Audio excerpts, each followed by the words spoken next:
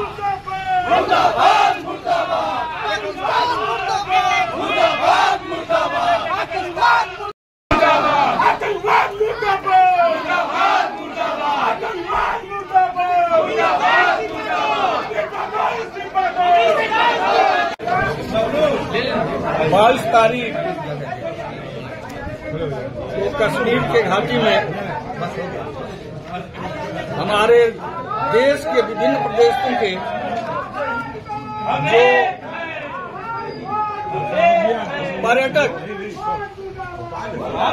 पर्यटन की दृष्टि से अपने जीवन के कुछ पलों को आनंदमय बिताने के लिए कुछ विवाहित जोड़े अपने जीवन की प्रारंभिक जीवनी को आनंदमय मनाने के लिए घाटी में जो गए हुए थे, आतंकवादियों ने जिस तरह से जिस परिस्थितियों में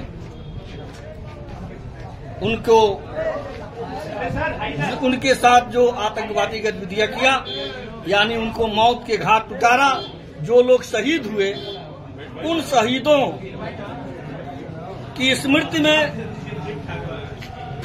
उन शहीदों के लिए इस तरह की कायराना हरकत के लिए आतंकवाद का पुतला आज इंडिया गठबंधन की तरफ से फूंका गया है और भारत सरकार से मांग की गई है कि भारत सरकार इस तरह की जो आतंकवाद गतिविधियों में जो लोग लिप्त हैं, उनके विरोध में, उनके खिलाफ जितनी भी कठोरतम कार्रवाई करेगी।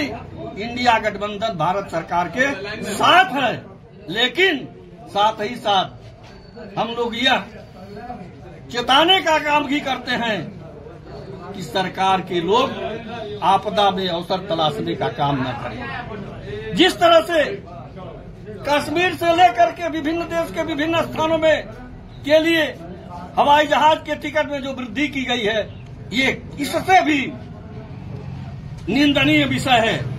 इंडिया गठबंधन इसकी भी निंदा करता है। ऐसे परिस्थितियों में निःशुल्क निस्वार्थ सेवा करनी चाहिए, चाहे वो कोई भी एयरलाइंस हो, चाहे कोई भी एजेंसी हो। मैं नहीं जानता किस एजेंसी ने ऐसा किया है, लेकिन जिसने किया है बहुत ही निंदनीय है और इंडिया गठबंधन उसकी भी निंदा करता है। कुछ लोग आतंकवाद को एक धर्म से जोड़ने का प्रयास कर रहे हैं। ये लोग देश को बांटने वाले लोग हैं। किस दिशा में, किस दृष्टि से वो धर्म से जोड़ते हैं, मेरे समझ में तो नहीं आता। मैं तो ये कहूंगा कि आतंकवादी जिन्होंने आतंकवाद का काम भी किया और देश के अंदर बेमनसता जो फैलाने का कुचक्र रचा, उसमें भी वो सफल हो रहे हैं। ये देश के लोग जो इस तरह की बात सोच रहे हैं, वो निश्चित रूप से देश के हितैषी नहीं है, वो राष्ट्रभक्त नहीं है, राष्ट्रीय नहीं है। वह अपने किसी निजी स्वार्थ के लिए इस तरह की बात कर रहे हैं। सरकार से क्या मांग है आप लोगों की?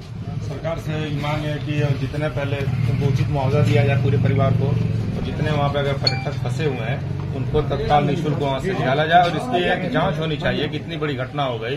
वो जो टूरिस्ट इलाका था, सारे आप टूरिस्टों का मीडिया के माध्यम से हम लोग बयान सुन रहे हैं कि वहाँ पर कोई सिक्योरिटी नहीं थी, जबकि वो अनंतनाग जो है मिलिटेंट इफेक्ट एरिया था, वो बॉर्डर से जुड़ा हुआ था और ये इनपुट था इनके पास कि वहाँ कभी भी कुछ हो सकता है।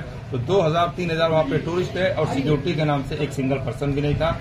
इनकी जांच होनी चाहिए आखिर इतनी बड़ी घटना कैसे देश के लिए हो गई, और ये बहुत ही घृणा ये काम हुआ है। इसकी हम लोग पुरजोर तरीके से इसका विरोध करते हैं और जितने परिवार मारे गए हैं उनके लिए शोक संवेदना और खिराज अकीदत हमारी तरफ से।